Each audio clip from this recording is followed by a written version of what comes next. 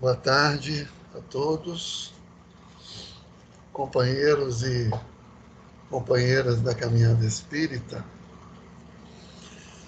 E já perceberam que eu sou um chorão, né? Foi só ouvir a música Aos Pés do Monte que eu comecei a chorar. E a nossa gratidão pela oportunidade, pela segurança, pela confiança na minha presença na tarde de hoje. E me perdoem desde já com as escusas, me perdoem as falhas ou a iluminação que não nos é tão favorável, mas foi o melhor que eu consegui, porque eu não estou em casa, eu vim para o casamento do meu sobrinho no Rio de Janeiro e aqui a gente conseguiu o espaço para não deixar de atender e cumprir com a nossa missão, porque antes de qualquer coisa, quem mais precisa ouvir é aquele que fala. E quando se fala dessa caminhada para Emaús, que é retratada no livro Caminho, Verdade e Vida, por Emmanuel, nós ouvimos falar desse amigo oculto, e quem é e de que forma ele se nos apresenta. Então nós vamos começar com a leitura do próprio texto da lição número 95, Amigo Oculto, em que nos diz: mas os olhos deles estavam como que fechados, porque não o conheceram, para que não o conhecessem. Evangelho de Lucas, capítulo 24, versículo 16. Os discípulos, a caminho de Emaús, comentavam amargurados os acontecimentos terríveis do Calvário. Permaneciam sob a tormenta da angústia. A dúvida penetrava-lhes a alma, levando-os ao abatimento, à negação. Um homem desconhecido, porém, alcançou-os na estrada. Oferecia o aspecto de mísero peregrino. Sem identificar-se, esclareceu as verdades da Escritura, exaltou a cruz e o sofrimento. Ambos os companheiros, que se haviam emaranhado no cipoal de contradições ingratas, experimentaram agradável bem-estar, ouvindo a argumentação confortadora. Somente ao termo da viagem, em se sentindo fortalecidos no tépido ambiente da hospedaria, perceberam que o conhecido era o mestre. Ainda existem aprendizes na estrada simbólica de Emaús, todos os dias. Atingem o Evangelho e espantam-se em face dos sacrifícios necessários à eterna iluminação espiritual. Não entendem o âmbito divino da cruz e procuram paisagens mentais distantes. Entretanto, chega sempre um desconhecido que caminha ao lado dos que vacilam e fogem. Tem a forma de um viandante incompreendido, de um companheiro inesperado, de um velho generoso, de uma criança tímida. Sua voz é diferente das outras, seus esclarecimentos mais firmes, seus apelos mais doces. Quem partilha por um momento do banquete da cruz jamais poderá olvidá-la. Muitas vezes partirá mundo afora, demorando-se nos trilhos escuros. No entanto, minuto virá em que Jesus, de maneira imprevista, busca esses viajores transviados e não os desampara, enquanto não os contempla seguros e livres na hospedaria da confiança. Que coisa mais linda. Emaús é uma cidade que dista em torno de 12 quilômetros de Jerusalém. Já havia acabado de acontecer aquilo que era trágico, que era desesperador, porque para aqueles tantos que acompanharam a trajetória do Cristo, havia uma quebra de expectativa, uma quebra de esperança, porque ele estava morto. Aquele que era anunciado o Messias, o Salvador, que passou pelo plano físico fazendo tantos prodígios, os chamados milagres, distribuindo serenidade e, ao mesmo tempo, austeridade e compromisso, que divulgavam o amor, a fraternidade, fora crucificado, imolado na cruz entre dois ladrões, abandonado por quase todos, especialmente pelos apóstolos, os seus mais próximos, que se afugentaram com medo de também sofrerem as consequências daquela missão redentora. O revolucionário transformador já não existia mais. E aqueles dois homens caminhavam desalentados para Emaús.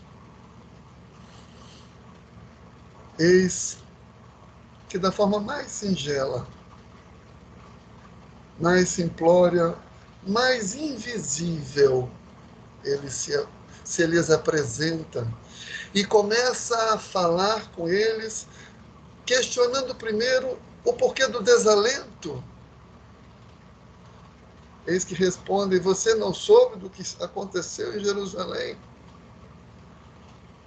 Jesus, o profeta, Jesus, já não o chamavam mais de Messias, está morto. De nada serviu tudo aquilo. Qual é a esperança agora a ser cultivada? E aquele peregrino invisível começa a lhes falar de toda a trajetória bíblica, de toda a caminhada do povo de Deus. Vai a Moisés, passa pelos profetas, passa pelas anunciações e percebam, ele faz uma passagem por todos os acontecimentos do Antigo Testamento que faziam referência à vinda do Messias. Ele não fala das guerras, ele não fala das conquistas, ele não fala dos relatos históricos que estão inseridos naquele livro do Antigo Testamento, nos livros do Antigo Testamento. Ele fala do Messias anunciado. E depois começa a exaltar a glória da crucificação, a beleza da cruz, a redenção de todos os chamados pecados e a ressurreição, o regresso.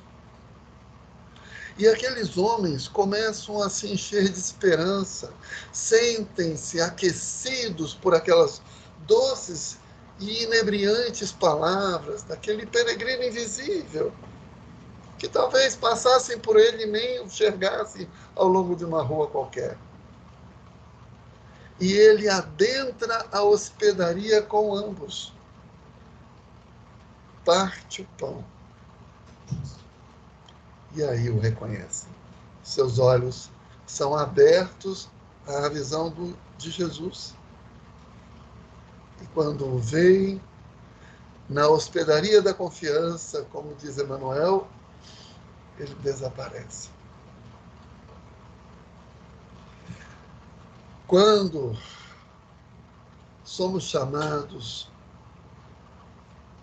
a essa caminhada para Emaús, uma caminhada que nós, pelo menos uma vez, fazemos ao dia, somos convidados a refletir que Jesus nós esperamos em nossas vidas.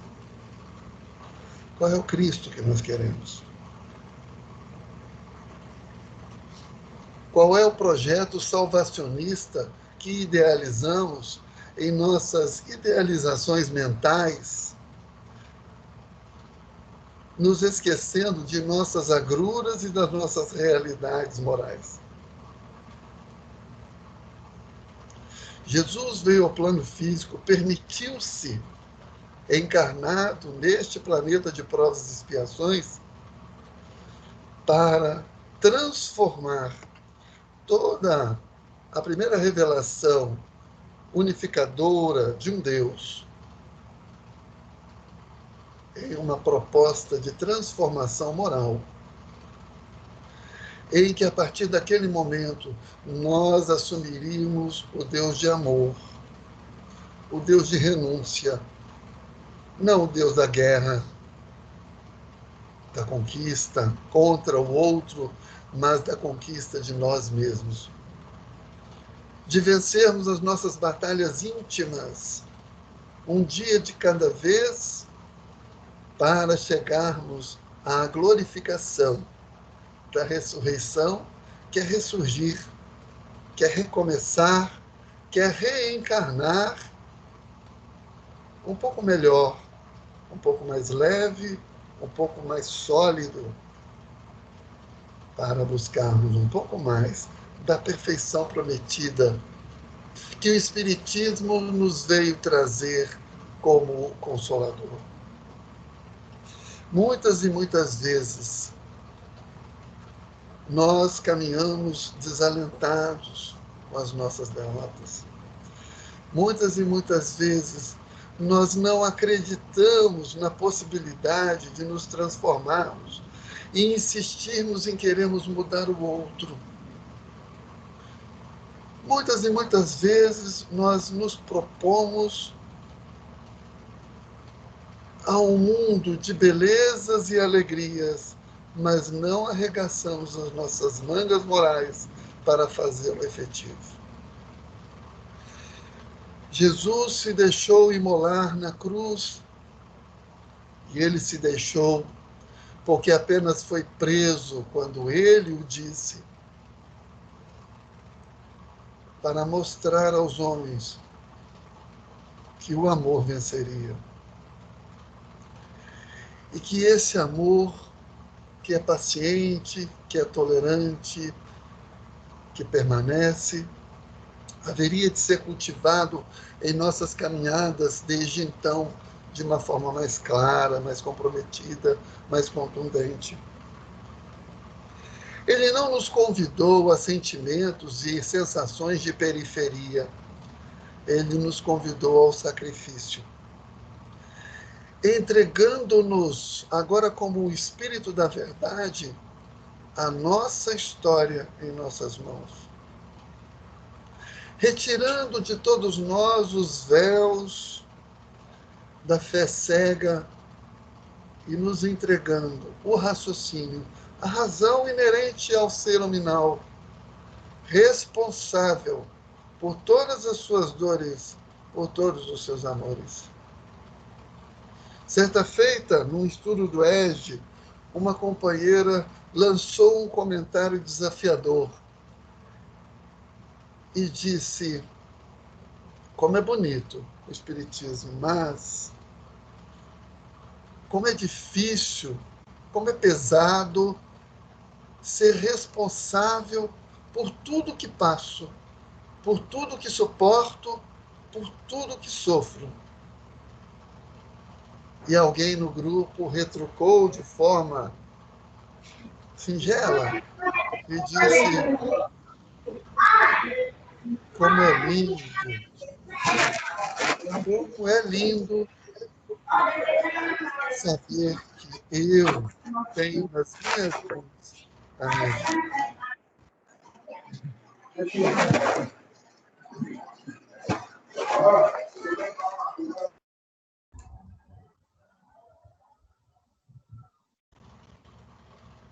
Me perdoem, mas ativaram o mudo para mim, desculpe. Eu não sei quem foi. Mas, enfim, vamos lá.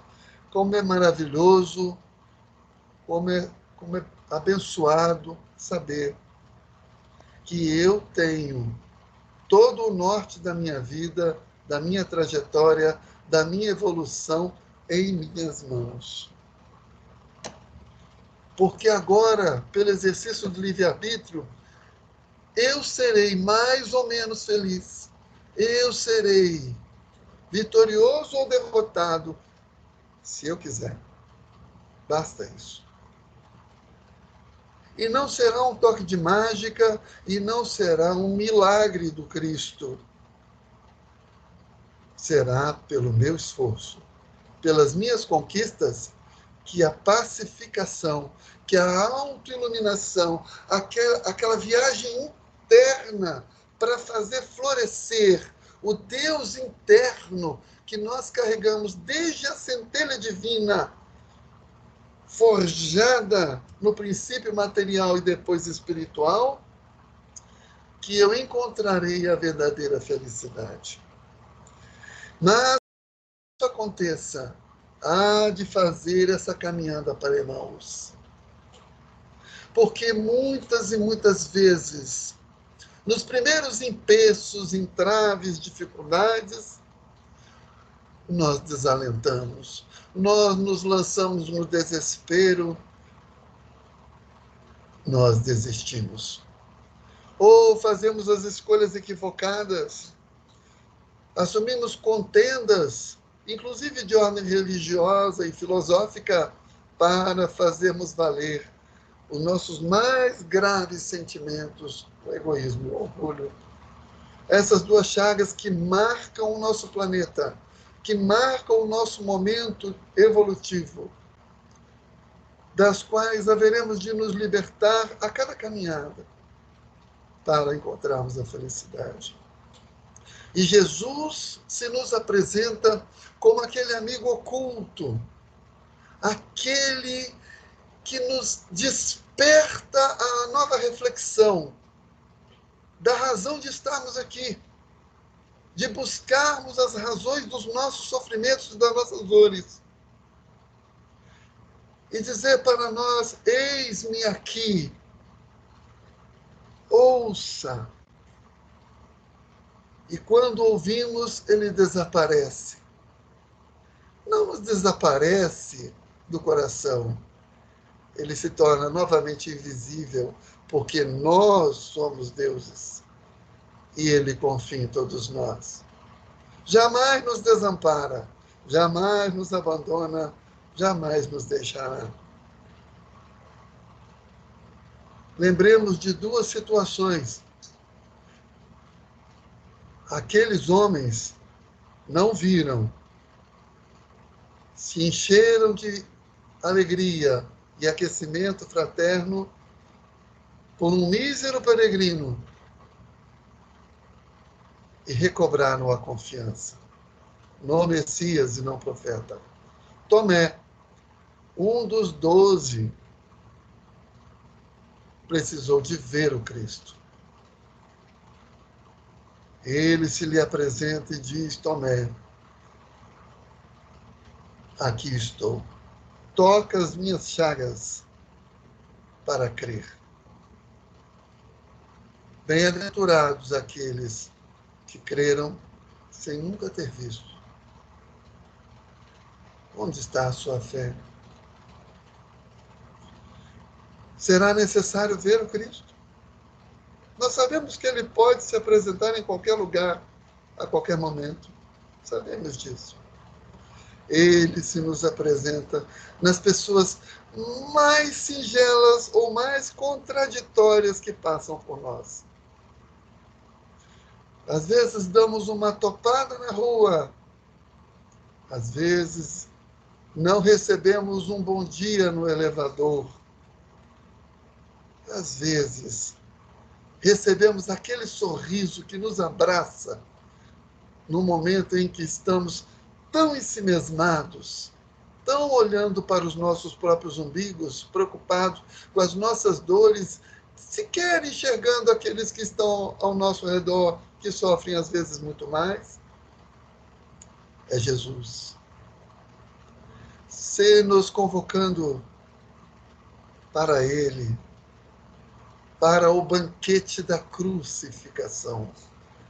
Veja Emmanuel dizendo, não foi uma tragédia da cruz, foi o banquete. Porque quando nos deixamos voltar a este banquete e carregamos os nossos corações resignados com as nossas dores, digerindo-as como bênçãos ao recomeço, nós nos levantamos fortalecidos, renovados, presenteados para um novo caminho. E regressamos a Jerusalém, a cidade da paz, para abraçarmos o Cristo, este Cristo interno que nos convida a amar. Como amar? Como renunciar?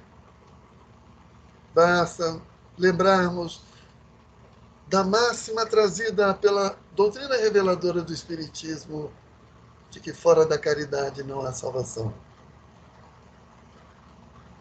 Não se trata mais ser cristão, ser espírita, estar na casa, estar na reunião online, estar numa campanha assistencial, recebendo os nossos passes, aplicando os nossos passes, participando das reuniões doutrinárias. Não se trata de nada mais disso. Porque estes atos externos, embora importantes, não estão como elementos específicos e únicos de salvação. A salvação virá de dentro. De dentro para fora, porque enquanto não internalizamos esses atos, essas atitudes e esses movimentos, enviando ao próximo o nosso melhor exemplo de esforço, renúncia e resignação, não chegamos a lugar nenhum. Fora da caridade não há salvação, agora se forma por um tripé. Benevolência para com todos, indulgência com as faltas alheias e o perdão das ofensas. Quanta benevolência esperamos dos outros com as nossas dores, dificuldades e fraquezas. Quanta benevolência não oferecemos. Quantas traves nós encontramos nos outros e não percebemos as nossas próprias. Quantos espelhamentos fazemos quando criticamos as atitudes dos outros, quando na verdade falamos de nós mesmos. Especialmente num tempo de pandemia, em que a convivência familiar, onde estão os nossos principais amigos e de colegas de trabalho, de renovação, somos chamados à convivência mais próxima, à reconstrução, à releitura, redescoberta do amor genuíno, que é o amor do silêncio, que é o amor do serviço, que é o amor da doação, que é o amor da superação de todas as dores, de todos os medos e pânicos disseminados. E chegamos ao terceiro estágio, o perdão das ofensas, quando deveremos perdoar aqueles que nos perseguem, que nos dificultam, que nos tornam mais difícil a trajetória, especialmente porque são eles os nossos grandes amigos ocultos. Muitos dizem que o espírita é masoquista porque enaltece a dor. Mas nós sabemos que a reflexão correta não é esta. A nossa amiga dor é o nosso abençoado instrumento de recomeço. Por isso, a cruz é o nosso banquete. Porque quando sofremos, nós nos lembramos de Deus. Nós nos lembramos do Cristo. Nós nos recolhemos e elevamos a nossa prece mais sofrida. pedindo redenção. O amigo oculto está lá. E naqueles momentos mais difíceis, ele nos amparará. O Cristo estará conosco, estará ao nosso lado. E eu me recordo de uma experiência pessoal em que no final de outubro, eu e minha mãe sofremos um acidente automobilístico grave em Vila Velha. E naquele momento, eu me vi em desespero. Eu me vi a caminho de Emaús, desalentado, fora do carro, esperando que a minha mãe fosse retirada de lá, com medo de que algo mais ali acontecesse, embora ela estivesse intacta, lúcida, serena, aguardando os bombeiros para... O amigo oculto se fez presente. Houve pessoas que filmassem, houve pessoas que condenassem, houve pessoas que confortassem. E eu me recordo de 2 amigos ocultos valiosos que lá se me apresentaram. Uma mulher que me acalmava o coração e dizia para mim: a motorista do carro que bateu em você está grávida de 7 meses, mas não se preocupe, ela está bem. E ainda chegou a me mostrar uma cicatriz na barriga para mostrar que já havia sofrido um acidente, que estava bem e que tudo passa. O malabares de rua, maltrapilho, sujo, desconsiderado por todos. Nem a polícia quis ouvi-lo. Foi o primeiro que se achegou a mim e disse: você avançou o sinal. Parabéns! Vocês estão de cinto de segurança.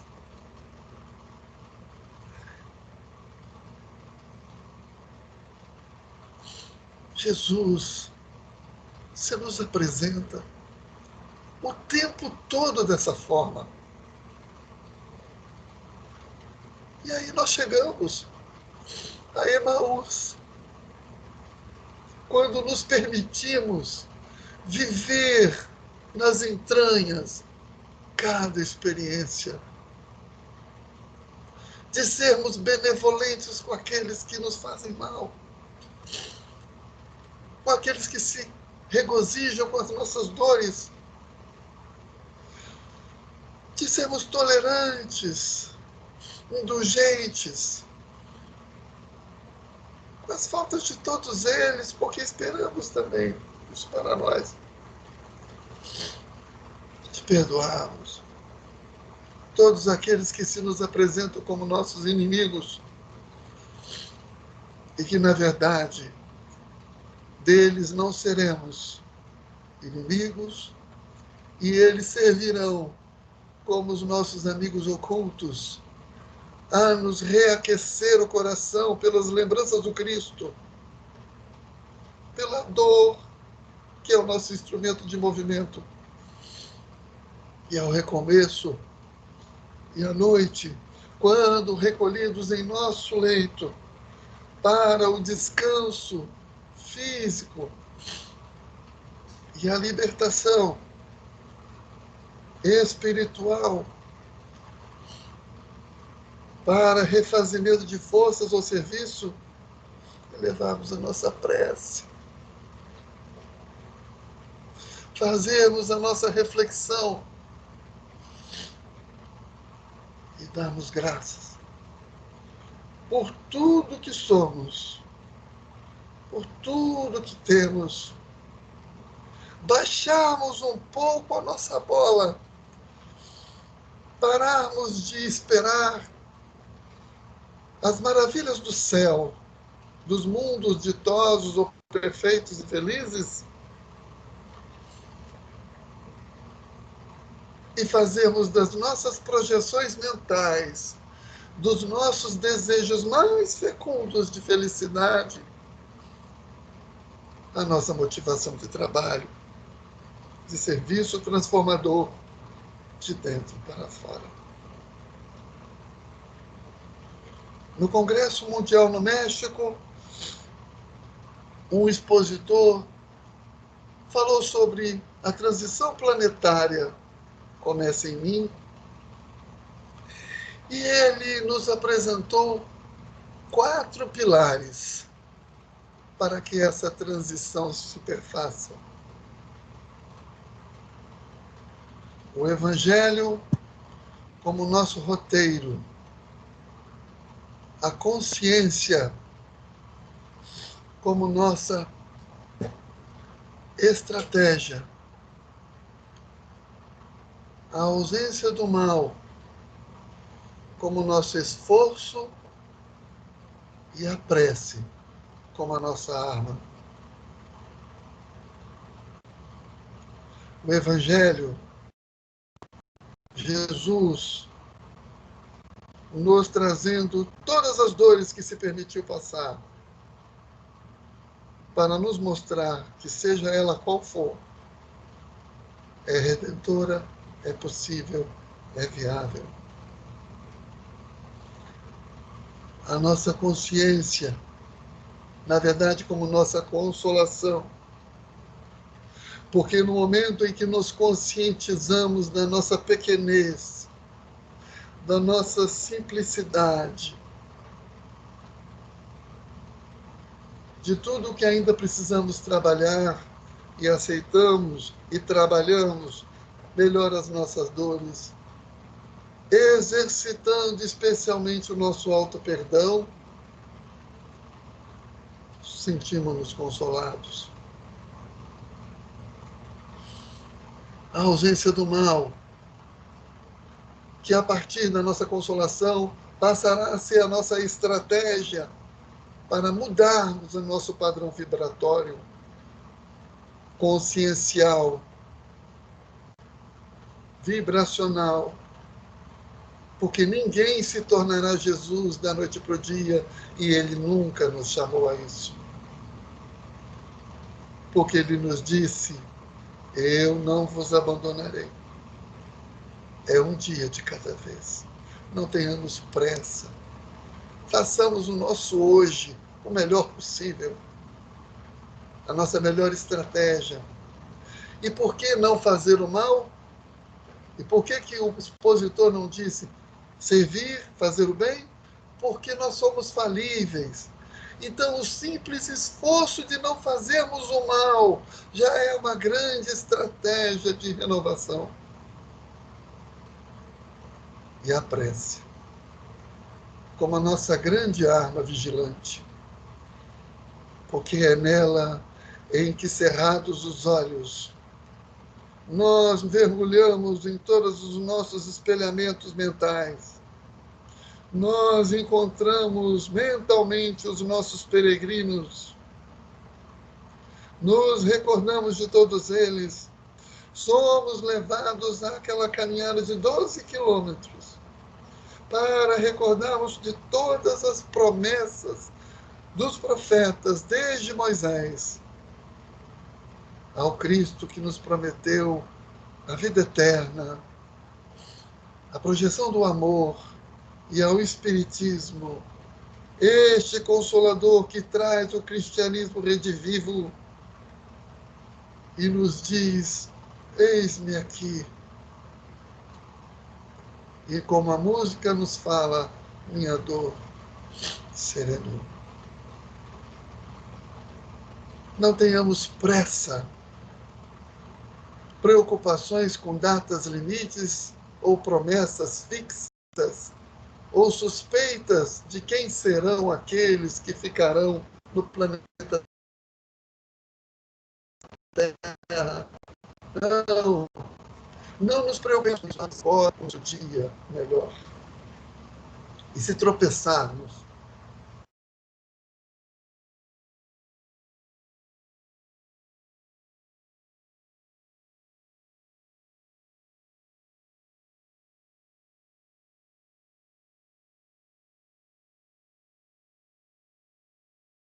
tudo que for necessário, porque nós somos os elementos transformadores da nossa história. Nós haveremos de cumprir ao, ao chamado do Cristo e nos dizer: fazei brilhar a vossa luz, e sairemos por este mundo, o nosso pequeno mundo familiar, de convivência, comunitário, de trabalho, seja onde for, a iluminarmos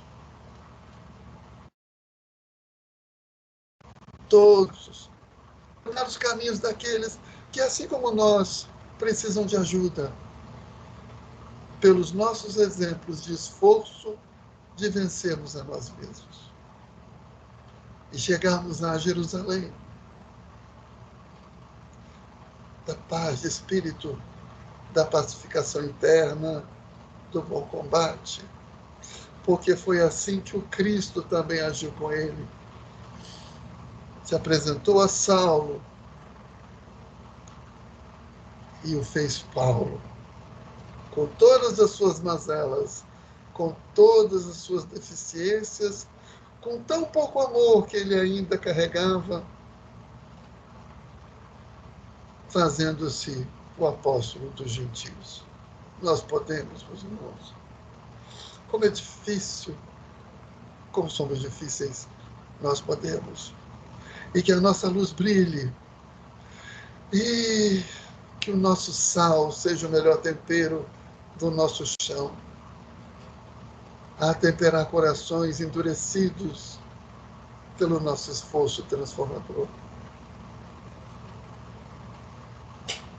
E eu me despeço de vocês e me perdoem as falhas, as deficiências, para trazer uma lembrança de uma música de Almir Sater e Renato Teixeira, em que ele disse o seguinte, de que ele estava na casa do Renato para um jantar. E na hora que o jantar estava para ser servido,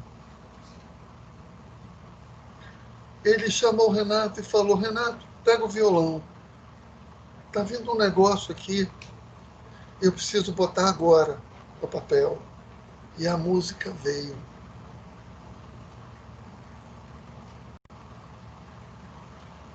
E aí ele mostrou a música para o Renato, os dois juntos, melhor dizendo, para a esposa. Chegou em casa, contou para a família, todos se encantaram. Chegando um a dizer: essa é a canção mais linda que você fez até agora. E certa feita ele recebeu um telefonema de Maria Bethânia. E ela disse: essa música é minha, eu vou gravar. E eu vou tentar repassar para vocês a música, com as minhas deficiências, me perdoem se desafinar, mas é para dizer a vocês, como ele mesmo disse, é uma música psicografada, e se percebermos bem a letra, nós veremos que ela fala de reencarnação. E ele nos diz: ando devagar, porque já tive pressa e leve esse sorriso, porque já chorei demais. Hoje me sinto mais forte, mais feliz, quem sabe só leva a certeza de que muito pouco sei, ou nada sei. Conhecer as manhas e as manhãs, o sabor das massas e das maçãs. É preciso amor para poder pulsar, é preciso paz para poder sorrir, é preciso a chuva para florir. Penso que cumprir a vida seja simplesmente compreender a marcha e ir tocando em frente. Como um velho boiadeiro Tocando a boiada, eu vou tocando os dias, pela longa estrada eu vou, estrada eu sou. Conhecer as manhas e as manhãs, o sabor das massas e das maçãs. É preciso amor para poder pulsar, é preciso paz para poder sorrir, é preciso a chuva para florir. Todo mundo ama um dia, todo mundo chora, um dia a gente chega e no outro vai embora.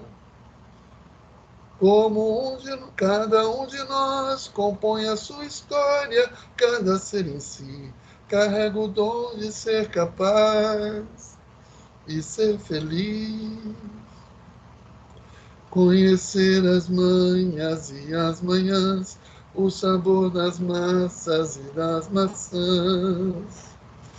É preciso amor para poder pulsar, é preciso paz para poder sorrir, é preciso a chuva para florir. Ando devagar, porque já tive pressa e levo esse sorriso, porque já chorei demais. Cada um de nós compõe a sua história, cada ser em si carrega o dom de ser capaz e ser feliz. Caminhemos para Emaús, sem vergonha do que somos, e ouçamos os nossos amigos ocultos que nos chamam ao amor sem pressa, sem dificuldades além daquelas que servem para o nosso crescimento. Que Deus nos abençoe, que Deus nos ilumine e nos guarde, hoje, agora e sempre. Que assim seja.